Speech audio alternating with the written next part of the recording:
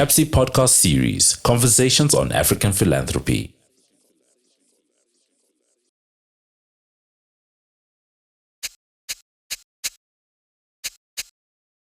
Hello, my name is Masego Madzwamuse. I am the host of the Adoye podcast series, season 2, that is part of our 2026 gathering, which is held in partnership with the Nawi Collective and the Center of African Philanthropy and Social Investment under the Adoye program. And we're bringing together a group of fabulous women, Pan-African feminists, 30 women who have come together for this writing retreat. And we are curating a space that recognizes writing as political work, storytelling as a site of healing, and community as essential to sustaining feminist thought and creativity on the continent. And through the podcast, you'll get to hear about the incredible work that the individuals who are part and who are participating in this year's retreat are involved in.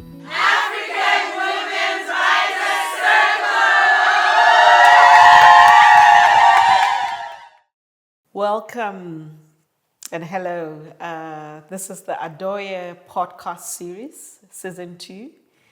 And we are interviewing women who are part of the Pan-African Women's Writers, African Women's Writers Circle. My name is Masego Madzwamuse, and today I am joined by Andréas. We call her Andy. Yes. And I'm going to invite you, Andy, to introduce yourself to our listeners and our viewers by telling us who you are and whose you are. Thank you so much. I'm so happy to be here. Who I am. So I'm Andréas Ruth Deolinda.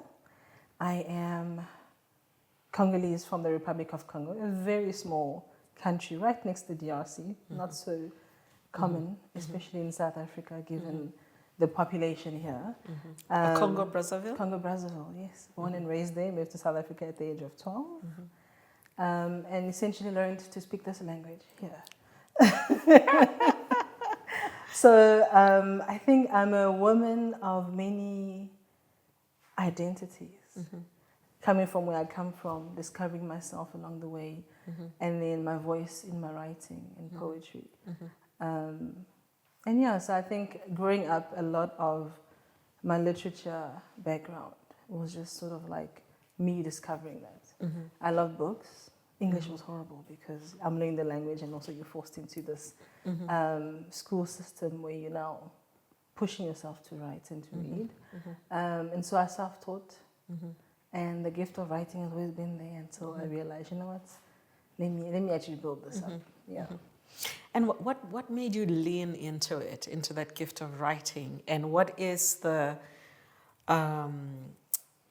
what are the subjects that you explore, and what form of writing do you do? I mean, how do you what called you into the writing space? A very good question. So when I began as a poet in poetry, and at the time I just wanted to write about what I was feeling. I just needed an outlet. I just needed something to just put what I was innately feeling on paper. And so I was writing about nature, and somehow the descriptions of nature would rise something in me and give me like a catharsis of, settling myself. And then just over time, it just became a practice I used to just write, And so I was really encouraged to say, you know what, use this as building into journalism, write stories, write more, lean into the creativity. So that journey of discovering just my own voice as well. I remember when I showed my mom one of my articles I had published, the first one I had ever published. She said, where did you get this gift from? And this is someone who was so natural in a storyteller. She loved stories, she just loved talking, she loved music. Every time we'd be together, we'd dance in the house, to the kiburkiri sound of our clan. And that's just who she was. So I guess the gift of storytelling has always been in my surrounding. Living through her storytelling and in my writing. And it's been a journey. And your love for writing about nature. I mean, I read one of your short stories, And I was struck by how vivid your description was. When you talked about the soil, I could feel it. When you talked about different colors of the soil, the fertility of the soil, but I sat with this question. Andy is raised in urban settings. How could it be that she is so in touch with the granular detail of nature? Where does that come from? From a very young age, my mom would take us to our village in the Republic of Congo. So there's a district called Buyonzi, and when you go deeper, then you have the smaller villages. So I think I was very young. So growing up, my mother's mother, so my grandmother, has always been a part, and she was always proud of where she came from. She loved her mom, especially also having had lost her dad early. She really clung on to her mom, you know. And so when we would travel to Congo, we made a trip through, using the train. We take the train, it's a very long ride. And it's the greenery, just beautiful greenery. You just see it's bold greenery. And Mpumalanga is beautiful. But if you just drive through by train and you just see that beauty, the greenery. And I always wondered, I wonder what's in there. I wish I could just trek inside. But of course, you're with your mother, and she's like, no, you don't just go into territories, you don't know, you know. And so we traveled to the village. You get to the district, and it's a shaky road to the village. And there's even a picture I have, one of the articles I published whilst I was still here, just in reflection of ancestry. And so our family home in the village is center, and around it is just green trees. It's just surrounded by bushes everywhere. And so the sand is yellow. So I've always been very close to my mother's roots. When we go home, one of my very scary experiences of being in the village was when I just wanted to go play outside, and I lost myself in the bush. Coming from the city, not experiencing, you know, this kind of life. I was always curious. I love nature. And my mom would come back here. You know, she'd go out finding me. My grandmother loved it. There was a time when we were sitting together in her makeshift kitchen, and so there's a kitchen indoors, there's a kitchen outdoor, but she's old, so she's bent over. So she would use the inside one that she just put for herself. And we're sitting there, and she walked outside with me, and there was a plant with a flower, a white flower. And she said, I see you as that flower over there. Oh. So, which was really beautiful. And I thought, oh my gosh. And I was still learning my mother's tongue to understand, you know. So my mom translated it to me. I thought, how does she say it in the language? And just a description of me in that frame was just beautiful. So I've always loved the nuance of the grounding. Because moving to South Africa and needing a sense of identity, where do I belong? Because I'm born Andréas Deolinda. Yes. I moved to South Africa. My father was already living here. And I get here and I have an ID that says Ruth. And I said, who's Ruth? So now you move from this, and Andréas is my grandmother's, she loved it, the way she calls me, you know? So I'm like, who's Ruth? So now you move into a new environment, and your name is different. And why Ruth, though? I guess he wasn't present growing up. And I think the influence of the church also gave him the name Ruth. Right. Because it's in the Bible, it's biblical. Right. Andréas just, my mom loved the soccer player, and she said, I'm going to name you Andréas, you know?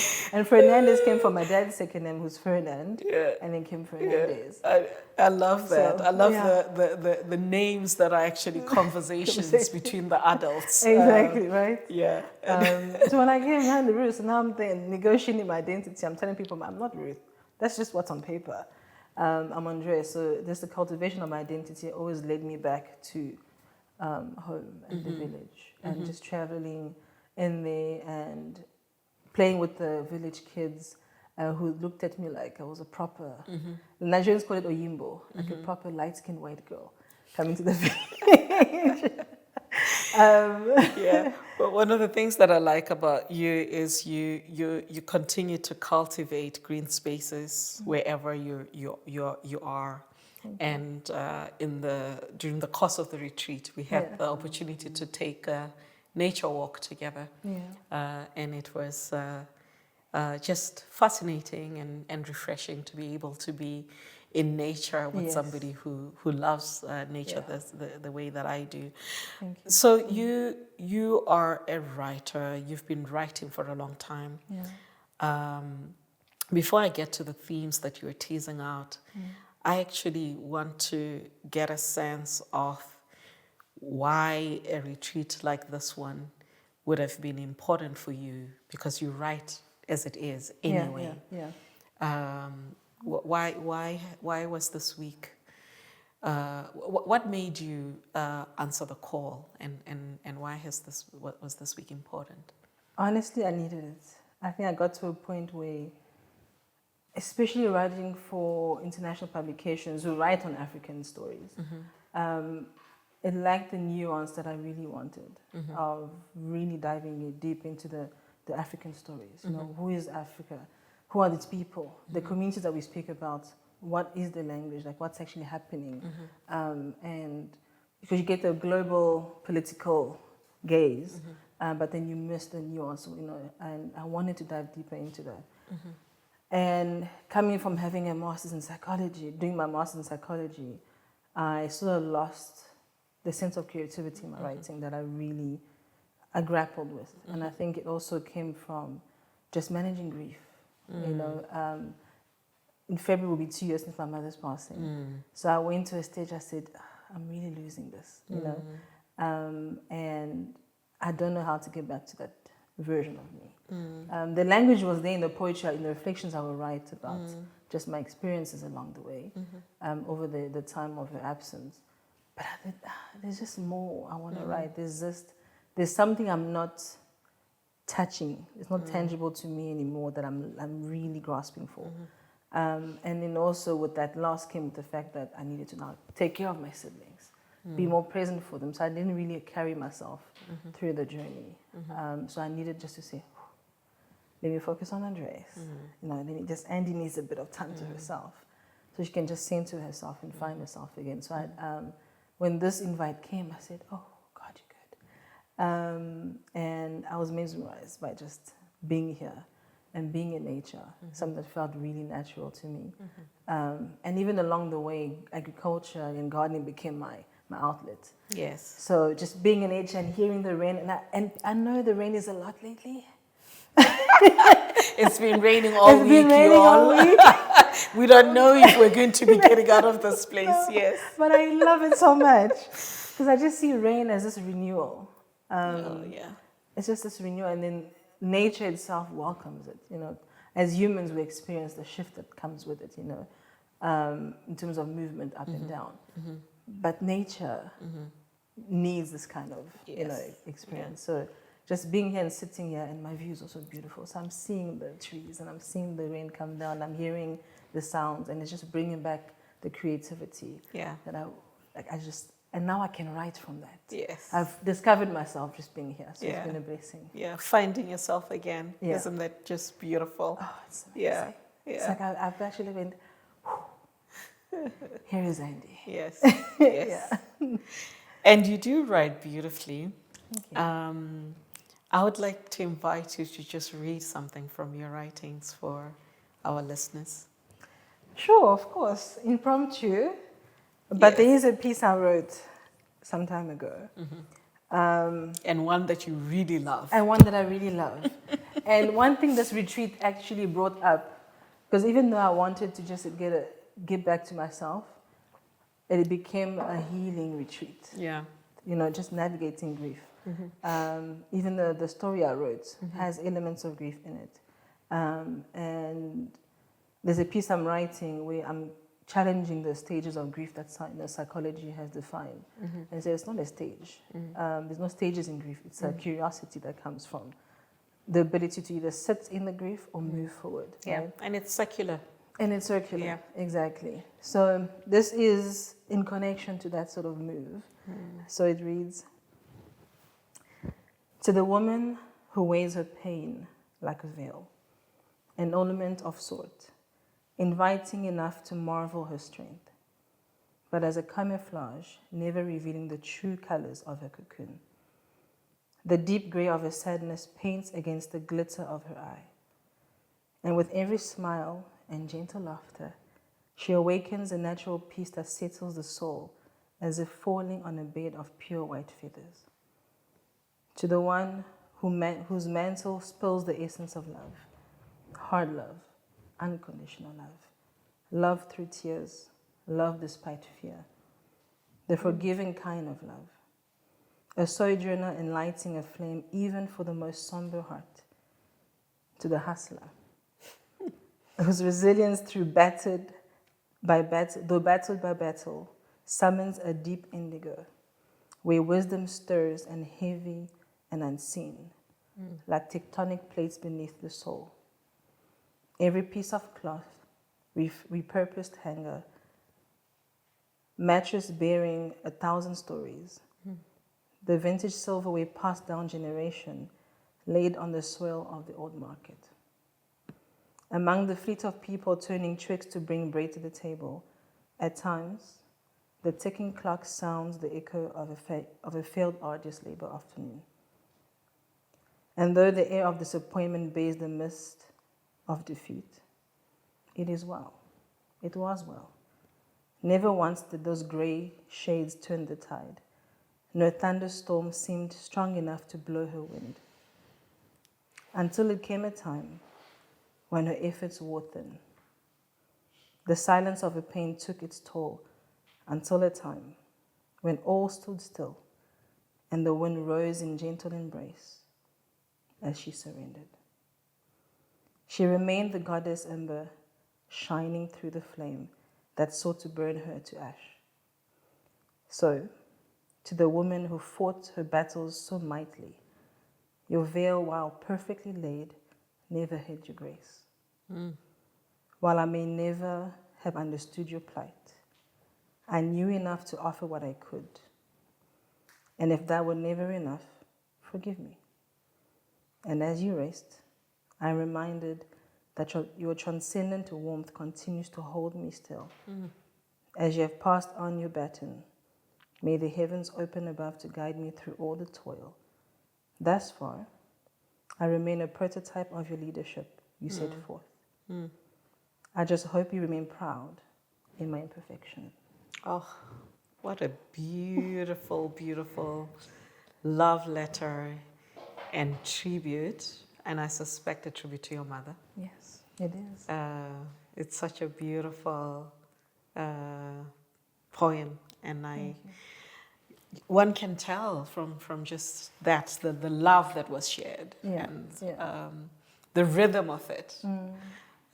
You talk about love even in the presence of fear, and just how love transcends it all. And and there were just so many moments I remember where, she's coming from the market, nothing. Sometimes I'd give her the little 50 rand I had in my pocket just to bring her spirits up, but she never sat in the pain, physically at least. Internally, I can never speak to that. But just her resilience was like, this woman is strong. And so in the imperfections of this journey, and me just navigating this, I hope my only hope is that she's proud of that journey. Oh, she must be.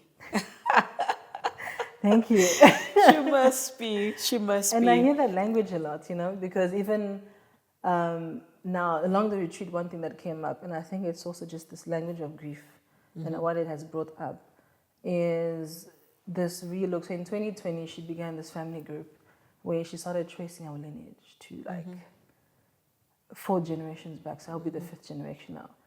And the history of our country's domestic slavery, especially in the village, came up, right? And at the time, it was just about tracing, this is your great-great-great-great-grandfather, and this is who came after that. And at the time, you don't really take it to heart. And then in hindsight, I thought, she really began something here. And then just through research, just discovering that actually we had the domestic slavery pre-colonialism, I thought, this is a very interesting project she began. And when I took it on, my family looked at me and said, you are your mother. You are your mother. Because you now are I'm calling your mother's uncles. Child. Yes, that's so beautiful. But one thing that I also pick up from your work and also from the conversations is you are intentional as well about writing for, with, and working with young people. Yeah. Do you care to share a bit more about that, and also why? Why is it important for you to be working with young people and Yeah. So having been outside of my country of birth, and going back and forth, one thing that came up was the fact that there's a sense of privilege that that is placed upon you by the community you come from. So they look at you like, okay, but you're in South Africa, you know, oh, you went to school. And it was even more highlighted when I went to Congo in 2024 to bury my mother. And I was finishing my master's degree at her funeral. And so the community caught whiff of, you know, I'm not going outside as much because I'm working on this. And then one of the conversations I had was about the fact that there's a privilege of going to school and education. But this feeling of how much the youth of my country lack because politically there's no support. The education system is broken. And being here, I realized the education system itself is completely not supportive of the young child and just the psychosocial work and support needed.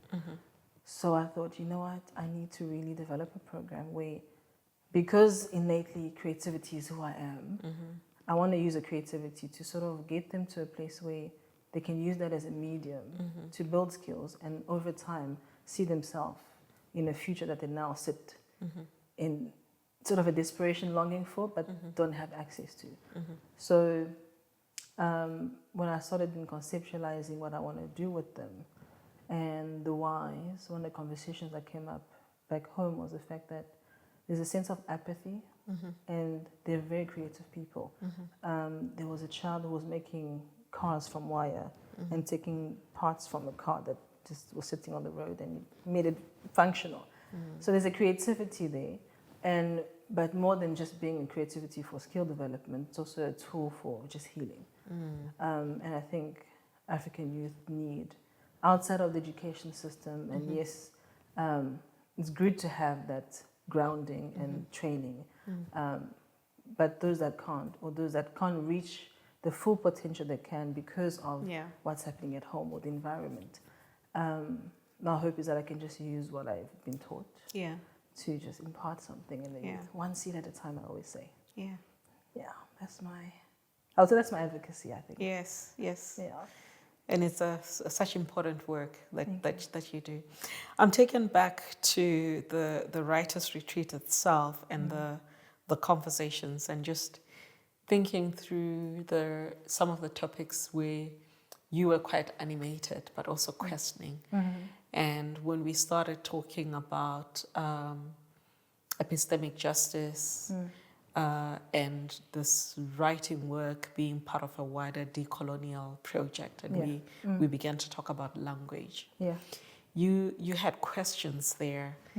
And one of the things that you were saying was the limitations that you have around your spoken mother tongue. Which I think is quite common for a lot of people, generations born in transition. And there's a lot, and given that it's represents the reality of many, I'd love for you to talk to the tools that you have found useful that are liberating you to not think of that as a limitation, but continues to encourage you to experiment in your writing journey. Thank you for that question.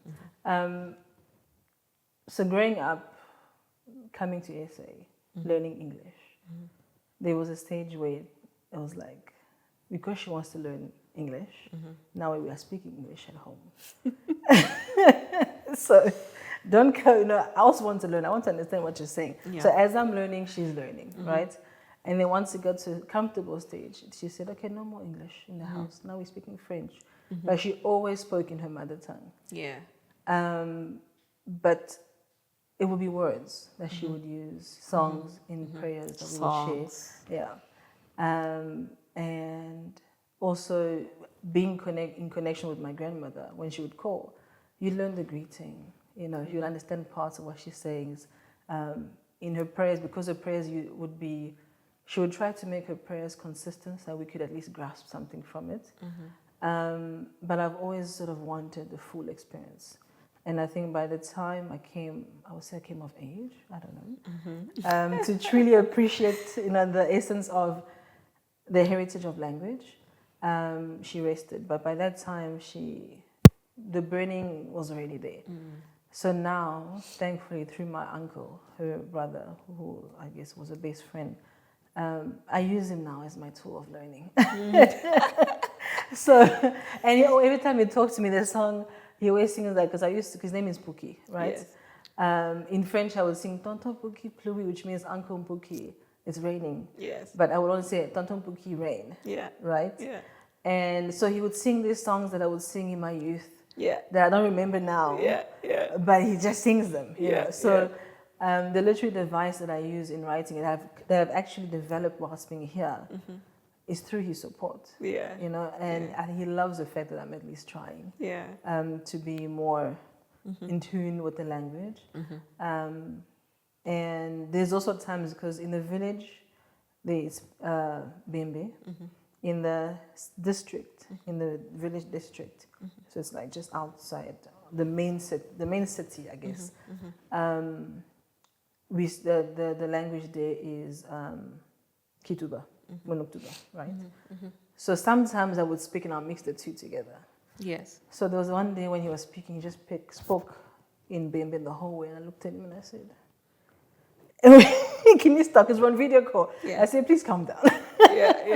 He said, "No, I'm trying to make you realize that you were making errors in your language, but not from a point of mockery, but more so to realize that there's more depth in language that he wants me to cultivate." Yeah. And through writing and by just asking him about language and the songs and bringing it into the stories that I've written so far, there's a pride in that, a sense of, okay. Yeah.